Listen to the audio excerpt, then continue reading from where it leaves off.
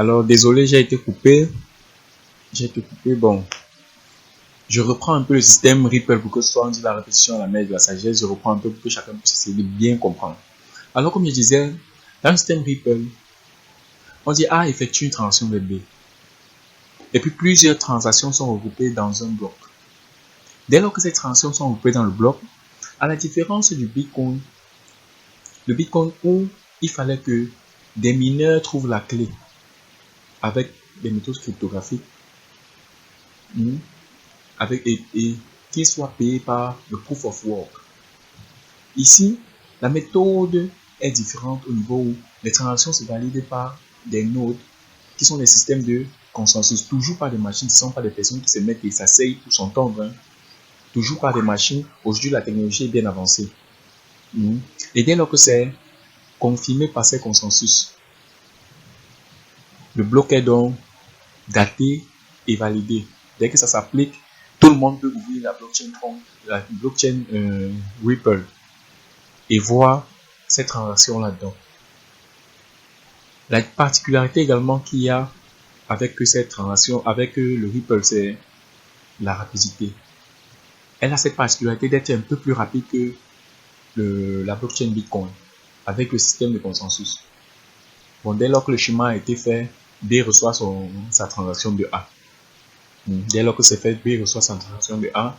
Et c'est comme ça que, ainsi de suite, c'est comme ça que le système Ripple fonctionne. Avec le système de node, qui est différent du proof of work du Bitcoin. D'accord? Bon, maintenant, en dehors de ces cryptos que j'ai détaillés, il y en a d'autres. Il y en a d'autres blockchains. La blockchain Binance Smart Chain, la blockchain Cardano, la blockchain Litecoin et Tron. Et chacune d'elles, comme l'indique leur nom, c'est ainsi qu'elles ont leur crypto-monnaie, qui est le BNB, le Cardano, ADA, Litecoin. Ça sont les abréviations. Chacune a ses noms. Vous voyez, tout à l'heure, j'ai pas peut-être donné l'abréviation. Le Bitcoin, vous allez souvent voir BTC, c'est l'abréviation du Bitcoin. L'Ethereum, ouais, Ethereum, son abréviation c'est ETH. Tout à l'heure, on était au Ripple. Son abréviation c'est XRP. Là, vous voyez, on a un Binance Smart Chain qui a pour abréviation BNB, Cardano, ADA, Litecoin, LTC, Tron, TRC. Là, c'est d'autres blockchains. Maintenant, il faut bien comprendre qu'il y a une différence entre les coins et les tokens. Vous voyez? Parce que généralement, les personnes mélangent. Ils ne savent pas qu'est-ce que c'est qu'un token, qu'est-ce que c'est qu'un coin. Un coin, à l'exemple du Tron, à l'exemple du Bitcoin, à l'exemple de l'Ethereum, à l'exemple du XRP, un coin, c'est une crypto-monnaie qui possède déjà sa blockchain, qui possède sa propre blockchain. Je ne sais pas si je vois un peu. Donc, toute crypto-monnaie qui possède sa propre blockchain est déjà un coin. Et maintenant, tous ceux-là qui sont adossés sous une blockchain, ceux-là sont appelés tokens. Donc, tout crypto qui est adossé sous une blockchain est un token. C'est ça qu'on appelle les tokens. C'est là où on va voir le Dogecoin, le Shiba Inu, le Corecoin. Le Corecoin, c'est une vraie crypto-monnaie, qui a été créée pour les problèmes de l'Afrique. Pour nos problèmes d'Afrique. Ça n'a pas encore 2 mois. Nous sommes aujourd'hui le 6/10/2021. Ça n'a pas encore 2 mois. Ça vient juste d'être créé. Et je pense que par la suite, je vous montrerai ou bien je vous enverrai un lien pour pouvoir avoir accès à ce Corecoin. C'est une vraie crypto, c'est un projet qui est porteur, c'est un bon projet. Et les personnes qui sont derrière sont des bonnes personnes. C'est carrément une grande communauté qui couvre ce projet en fait. Donc il faudra regarder, voir le livre blanc, le white paper, pour pouvoir essayer de comprendre. Donc, comme je disais, le token est reposé, lui, sous une crypto, sous une blockchain, contrairement au coin qui, lui, possède déjà sa propre blockchain. Donc, c'est de ça qu'il s'agit.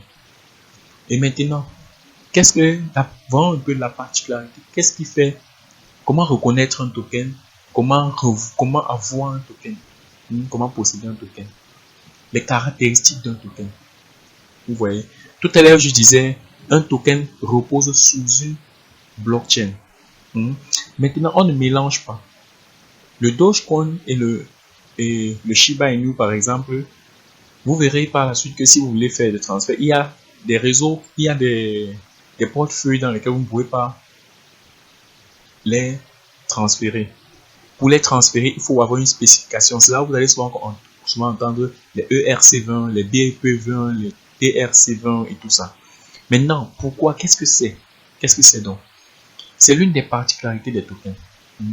D'abord, la première partie, ce qui caractérise d'abord un token, c'est son réseau mère. Il est sur quelle blockchain? Vous voyez, vous allez entendre parler des ERC20. Là où j'ai commencé là, j'ai commencé avec les ERC20. ERC20 qui sont reposés sur la blockchain Ethereum. On a les BEP20 qui sont reposés sur la Binance Smart Chain, le réseau de Binance.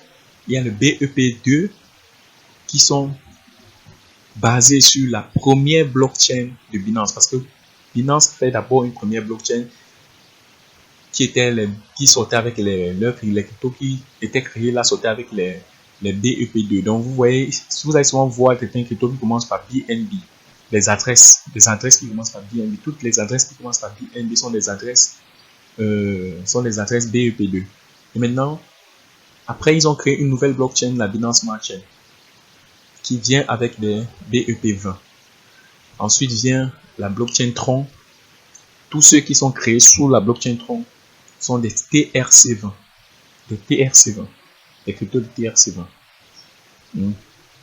Bon, ensuite, le projet, la deuxième caractéristique, c'est le projet qui porte la crypto.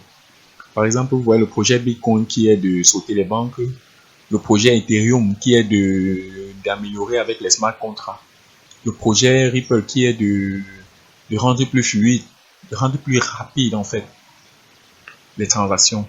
Vous voyez, chacun voit un projet qui lui plaît et il s'accroche dessus. Maintenant, ceux qui sont créés à partir des tokens, il y a toujours des projets en dessous. Maintenant, c'est ce projet. Vous n'achetez pas un crypto parce que normalement on n'achète pas un crypto parce qu'on s'attend à parce qu'on veut devenir millionnaire. Donc non, normalement on achète des cryptos parce que on soutient un projet bien défini. Vous voyez. Et maintenant, pour regarder ces projets, il y a ce qu'on appelle CoinMarketCap. CoinMarketCap, c'est un site où la majeure partie des cryptos sont listés. Là-dedans, vous verrez le white paper. Vous verrez le white paper et vous verrez la troisième caractéristique qui est le contrat, l'adresse de son contrat pour pouvoir le stocker dans un wallet. Donc le white paper et l'adresse du contrat. C'est donc quoi ce CoinMarketCap? CoinMarketCap, vous le tapez simplement sur Google et il s'ouvre. Et c'est à ça qu'il ressemble. Il ressemble à ceci. Donc vous avez la zone de recherche où vous pouvez taper ce que vous voulez. Voilà, vous avez le logo de CoinMarketCap. Quand vous ouvrez, c'est comme ça que ça s'affiche. CoinMarketCap, vous avez le logo. Et puis d'un côté, la zone de recherche. Vous pouvez taper dans la zone de recherche, par exemple, Shiba Inu. En exemple, là, comme j'ai pris, vous tapez peut-être Shiba Inu. Shiba Inu s'affiche, vous voyez, il y aura plusieurs Shiba Inu. Maintenant, il faut savoir lequel c'est. Dès que vous ouvrez, vous verrez lequel c'est. Vous cliquez Shiba Inu, ce qui s'ouvre, vous voyez la valeur. Vous voyez la valeur et vous voyez en dessous là son adresse. À ce niveau, vous voyez l'adresse du contrat. Et vous voyez qu'on a mis là Ethereum. Donc, c'est dit que c'est un ERC20. C'est une crypto d'Ethereum. Un ERC20. Donc là, vous pouvez copier son adresse et aller l'insérer où vous voulez pour pouvoir le voir affiché.